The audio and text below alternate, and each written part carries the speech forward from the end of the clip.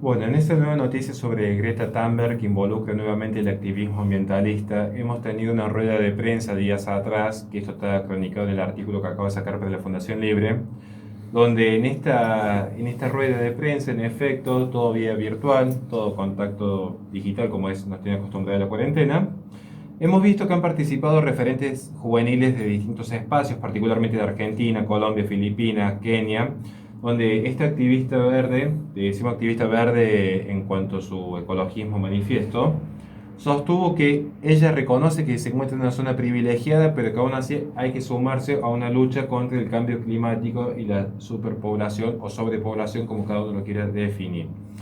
Ciertamente uno ve en este caso algo que es real. En primer lugar, todas estas luchas del progresismo en efecto son luchas de pequeños burgueses. Es decir, es muy raro que una persona en una zona de los suburbios o en necesidades o carencias vaya a estar preocupado por estas mentiras ecologistas.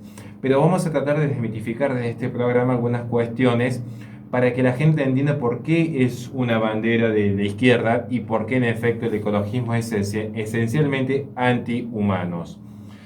Todas estas tesis uno las rememora cuando habla de sobrepoblación a las viejas teorías malthusianas, aunque si bien Thomas Malthus, que este pastor anglicano, no tuvo en cuenta o consideración los avances del capitalismo y que iban a permitir en efecto alimentar a la población a un ritmo creciente, lo cual desmiente las tesis económicas de él, sí tenemos que tener en cuenta que allá por el año 68, cuando aparece el libro La bomba demográfica de Paul Ehrlich, se pone en manifiesto esta tesis malthusiana, pero aplicada al ecologismo.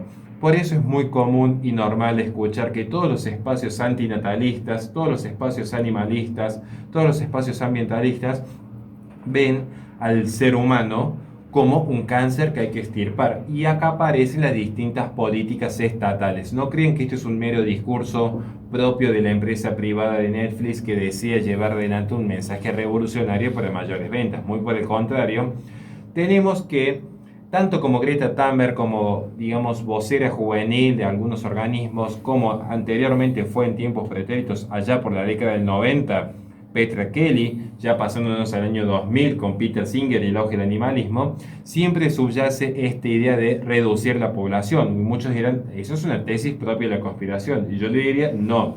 Vean las fuentes citadas en mi artículo, donde van a notar que en efecto ya en la conferencia de Bucarest de 1974 se plantea desde la ONU la necesidad de reducir y controlar los espacios demográficos, especialmente en países del tercer mundo. Toda esta idea de la superpoblación está totalmente desmentida en un estudio que hace justamente Heritage Foundation, que es justamente un espacio, podemos decir incluso de la derecha liberal, para que vean que no es un espacio afín al conservadurismo, donde se pone en manifiesto de que no hay un conflicto con la densidad demográfica, en todo caso hay un conflicto con la distribución demográfica. Y respecto al calentamiento global, recuerden que en los 80 era el enfriamiento global. De repente el planeta Tierra es como bastante histérico, porque hemos pasado del enfriamiento global al calentamiento global, y estas son las tesis que siempre subyace una idea de fondo. Ante un conflicto global, se requiere un organismo global que coordine las soluciones. ¿Cuánto beneficia entonces al globalismo estas tesis apocalípticas de justamente el ecologismo? Quisimos traer a colación hoy la noticia de Greta Thunberg para que invitarlos no solamente a que lean lo que hemos escrito, sino también que vean los informes que tiene justamente Heritage Foundation y también el informe y la tesis de Bjorn, que es un activista que escribe El ecologista escéptico, donde se pone en manifiesto el negocio que hay por detrás del ecologismo. No crean que esto es una cuestión totalmente azarosa. Greta Thunberg, como vocera, y esto lo escribe Ignacio Boller en uno de los capítulos que estamos trabajando con él, tiene por detrás, no podemos decir una cuestión legal las marcas en este momento, una serie de marcas que se han visto muy beneficiadas con su activismo verde. De hecho, estas políticas eco-friendly generan la misma cantidad de ingresos que aquellos que se muestran pro diversidad de género. Es decir, el sector privado finalmente se ve beneficiado, eso es una discusión aparte, pero por detrás está esta idea del control demográfico que ya se viene gestando desde 1916 con Margaret Sanger, quien es posteriormente la presidenta de IPPF, instancia de la ONU, y estamos viendo cómo la ONU estuvo siempre por detrás de toda esta cuestión. Entonces, ya para cerrar este análisis de la noticia de Greta Thunberg, aquellos que ven que la población se ha aumentado exponencialmente y siguen la tesis de Paul Ehrlich y creen que es necesario empezar a controlar ciertos niveles de densidad demográfica, antes que promover políticas antinatalistas o políticas, entre comillas, pro discriminación, para no usar una palabra que empiece con eu y termine con tanasia, traten de ver, en efecto, si alguno de estos promovedores que ponen el dilema ético en tener hijos, si no aplicarían sus propias medidas sobre sí mismos. Digo, porque si el ser humano es un cáncer, antes que estar incidiendo en la vida de terceros, guíenos con sus ejemplos y eso demostraría cierta concordancia. Así que en ese sentido, insisto, cuidado con estos discursos alarmistas, tal como lo plantea Roger Scruton en Las bondades del pesimismo. Siempre los líderes mesiánicos, amparados bajo tesis cientificistas, han logrado legitimar reducciones poblacionales como sucedió en China, campos de concentración eugenésicos, los gulags rusos, todo en nombre de la ciencia, todo en nombre de esta mirada globalista, universalista, que plantean un conflicto global que tiene que ser resuelto en forma universal y aplicable coercitivamente sobre terceros. Y el ecologismo no es la excepción. De hecho, el ecologismo es la nueva religión pagana del siglo XXI. Y me remito concretamente a los dichos tanto de organismos ambientales. Recuerden las cartas que manda el expresidente de Greenpeace cuando expone todo lo que estaba sucediendo dentro de dicha organización, como así también Alexandra Ocasio-Cortez, que hace un llamamiento a eliminar literalmente a los niños por nacer. Incluso ha habido activistas dentro del Partido Demócrata que han sostenido ciertas prácticas de interrupción, entre comillas, del noveno mes.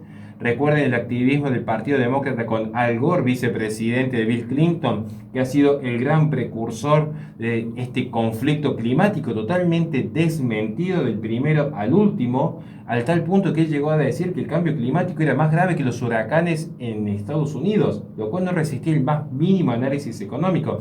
Y recuerden también la vehemencia que tienen estos espacios, especialmente Greta Thunberg, en contra de Donald Trump, especialmente cuando Donald Trump se sale del Tratado de París porque dice, no puede ser que un país categoría T1 esté financiando economía socialista de los países categoría T2, que no tiene ningún estímulo económico para adaptarse a las nuevas tecnologías, y cuando está demostrado en Heritage Foundation cómo los países con mayor apertura económica terminan siendo los países que menos contaminación generan y que más respeto a la diversidad tienen. Incluso, no recuerdo si es Venegas Lynch, uno de los intelectuales de Argentina, que demuestra que el fomento a la propiedad privada y el respeto a la diversidad es un problema que no solamente económico, también cultural, termina favoreciendo más la protección de las especies que aquellos espacios en el que están totalmente liberados a la centralización gubernamental. Entonces, estos discursos alarmistas, que ya por suerte la gente está despertando, estas ideas de que el hombre está a la par de los animales y por lo tanto el hombre es el que tiene que ceder ante los animales,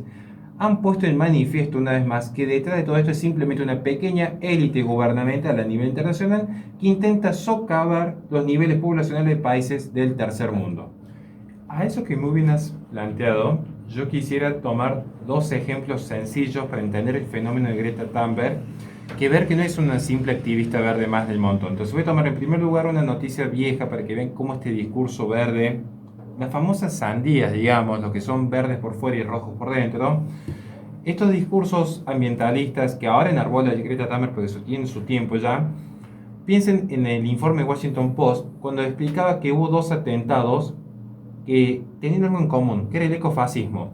Porque estos dos atentados que se dieron justamente en Nueva Zelanda y se dieron en El Paso, también en distintas partes del mundo, quienes los cometen siempre dijeron que su finalidad era reducir la población para darle más felicidad al mundo. Es la tesis utilitarista de Peter Singer, se llama el caso del utilitarismo, define en esencia esto, es decir, más satisfacción y placer para la mayor cantidad de personas posible, sin importar los costos ulteriores o la deontología que subyace. Otro ejemplo para tomar es justamente la conferencia sobre la población en Bucarest y México, donde se pone en manifiesto en una reunión nacional para la evaluación del Plan Mundial sobre la acción de la población, que era necesario reducir la mortalidad en países pobres, y esta idea de reducir era previamente reduciendo las tasas de natalidad. Dice, tenemos un conflicto con la población. Este conflicto genera un conflicto con los recursos. Esto es lo que subyace en la conferencia del 74. ¿Por qué se genera esto? Porque la gente, gracias al capitalismo, vive más años y a su vez la gente se reproduce más en estos países. Entonces necesitamos de alguna forma mitigar este crecimiento. Véase que estas políticas, estamos hablando de fenómenos públicos, como el de la ONU, como matanzas que fueron hechos privados, que son lamentables, que los repudiamos, acompañan lo que planteó Paul Ehrlich. ¿Qué es lo que sostuvo Paul Ehrlich allá en el 68? Cuando sostenía esta tesis apocalíptica que cientos de millones morirían de hambre en forma infrahumana y que era necesario generar alguna solución. Él decía que era necesario, por ejemplo, generar incentivos económicos para que la gente no se reproduzca. Más allá de ciertas políticas que ya sabemos que vienen financiadas por la ONU y por el IPPF, pero decía, hay que poner impuestos extremadamente altos a los pañales, subsidiar las vasectomías e incluso aumentar la ayuda alimentaria y los suministros de agua con medicamentos esterilizantes. Esto lo sostuvo Paul Ehrlich, que de hecho fue uno de los asesores que tuvo en su momento la ONU. Pensemos cómo esto se traslada en la actualidad y vamos a ver que en la actualidad, dentro de la ONU, funciona el Instituto de Planificación Familiar, porque luego va a venir algún crítico a decir, no, Horacio, el ecologismo es una filosofía de vida, de protección del ambiente, y yo le digo, fantástico, como aquellos que dicen que el feminismo se trata de la equidad entre el hombre y la mujer. Ese es el discurso que te vendieron, te felicito que compraste un producto sin ver qué había dentro del envase, demostraste que has consumido. Ahora, acá estamos hablando de la realidad.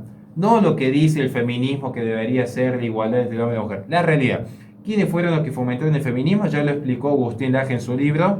¿Cuáles son las ideas que subyacen? Acá estamos hablando de qué hay detrás del ecologismo. No les interesa el cuidado del ambiente. Porque si les interesase el cuidado del ambiente, hubiesen tomado nota, por ejemplo, de lo que plantean muchísimos intelectuales, y ni siquiera intelectuales, agrónomos, gente que trabaja en el campo, como Paul Wagner, que ya está citado justamente en mi artículo, donde muestra que es verdad que tendría que aumentarse la tasa de producción de alimentos para tratar de mitigar, porque es real que existen ciertas zonas de desnutrición en el mundo, pero él plantea algo cierto, dice, si los agricultores del mundo fueran tan eficientes como los cultivadores de maíz en Estados Unidos hoy, se podría alimentar a 10.000 millones de personas con la mitad de tierra que se están utilizando actualmente. Es decir, ¿qué es lo que se necesita? El incentivo económico, es decir, que el Estado se meta lo menos posible, y algún día te podríamos hablar de Donald Trump, que ha tenido nuevas reformas con el campo, que ha sido justamente para favorecerlos, y esto demostraría que se podría alimentar a más personas, a menos costo, con más eficiencia y menos contaminación. Esto fue justamente para demostrar cuáles son las falacias que hay en torno. Exactamente. Quisimos demostrar en este momento cuál era la falacia de este discurso alarmista que nuevamente aparece Greta Thunberg con estas tesis malthusianas, ecologistas del fin del mundo, cuando la realidad pasa por otro lado. Pero mientras tanto muchísima gente ha comprado y sobrecomprado estos discursos verdes. Y además, sumando justamente, como bien has dicho Alejandro, que es un negocio, tenemos que tener en cuenta que detrás de todo esto hay lo que se conoce como el corporativismo verde. No nos podemos extender más por una cuestión de las tiranías y los tiempos en la radio, pero tengan en cuenta los siguientes datos. Uno de los principales colaboradores que tiene Greta Thunberg en este preciso instante es justamente el activista Igmar Rashod, no sé cómo se pronuncia, son apellidos bastante complicados, pero sí se ha demostrado el vínculo que tiene este Igmar justamente con la organización ecologista de Al Gore. Además, piensen ustedes, Al Gore, que ha sido vicepresidente de Bill Clinton, que es uno de los referentes del Partido Demócrata, justamente también se ha demostrado que tienen vínculos con los fondos inmobiliarios a lo largo y ancho del mundo, con empresas de inversión como Laika, la consultora Laika. Asimismo, este Renshaw, que trabaja también con el banco de inversión sueco Naventus, que es una corporación financiera, y que además han trabajado con organismos ecologistas como Global Challenge. Vemos que detrás de todo esto hay un corporativismo verde. A su vez, este colaborador que tiene Greta Thunberg es quien dirige el think tank Global Challenge, como ya dijimos anteriormente, y también han creado, a partir de las políticas de la socialdemocracia sueca, la figura de Christina Persson, quien en 2007 ya encabezó justamente todas estas políticas verdes y las llevó adelante en Europa, fogoneando justamente el beneficio estatal a ciertas empresas que tenían este tilde de eco-friendly. Por eso nos parece que es más que importante poner al descubierto quiénes están por detrás de todos estos nombres. Vemos en efecto que detrás de Greta Thunberg, además de los think tanks y estos organismos verdes, hay también políticas de Estado que le han estado fogoneando en desmedro justamente de la iniciativa privada y el control privado que tienen pequeños productores sobre sus propios campos.